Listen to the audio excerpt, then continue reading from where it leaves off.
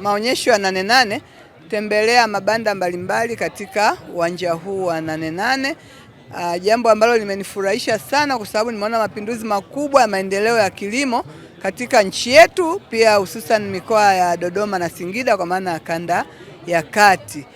Kama mtakumbuka, tulianza kutembea katika eneo la ushirika ambako tuliweza kuona maendeleo makubwa ya ushirika, lakini mchango mkubwa wa ushirika kwenye uchumi wa wananchi wetu wa kawaida, na hasa tuliona pale wana ushirika wengi kweli wakizungumzia kilimo. Kwa inaonekana pia kilimo kimekuwa na mchango mkubwa sana kwenye ushirika, lakini pia ushirika umekuwa na mchango mkubwa sana kwenye maendeleo ya wakulima kuanzia uzalishaji mpaka masoko. Tumekuta hadithi pale ya vyama ambavyo vinasema vinasaidia wakulima wao pembejeo na vitu vingine, lakini tumekuta uhakika wa soko kupitia vyama vya ushirika. Hilo jambo limenipa faraja kubwa kuwa kumbe maendeleo ya ushirika kwetu ni jambo la msingi. Lakini tulipata nafasi ya kutembelea banda la maonyesho ya Wizara ya Kilimo na Mifugo ambako tumetembelea taasisi mbalimbali. Tumeona maendeleo makubwa na mipango mikubwa ya utoshelevu wa sukari katika nchi yetu.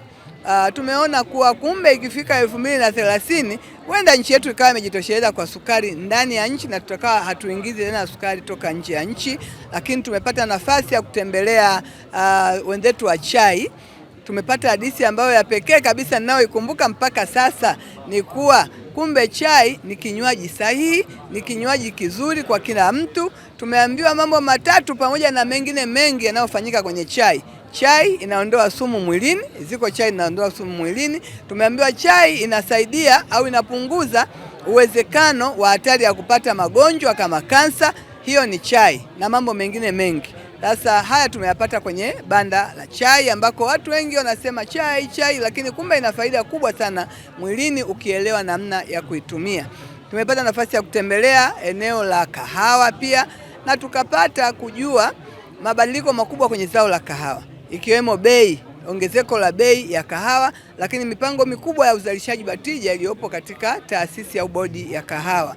Tumeenda kutembelea eneo la bahari wenzetu ambapo makao makuu ya usimamizi wa bahari tunafahamu katika nchi yetu ya Tanzania yako Zanzibar, lakini wizara mbili ya Tanzania na Zanzibar, za bara na Zanzibar, ambazo zinasimamia sekta hiyo zinafanya kazi kiasi namna gani.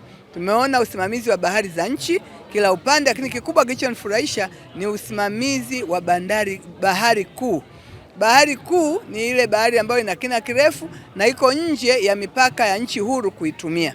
Jinsi ambavyo nchi yetu imejipanga kufaidika na matumizi ya bahari kuu, ambapo pale tumeshuhudia samaki wale adhimu kidogo tunawapata naitwa jodari na wengine ambapo wanavuliwa katika eneo hilo, lakini wamekuwa na mchango mkubwa sana kwenye uchumi wa nchi yetu.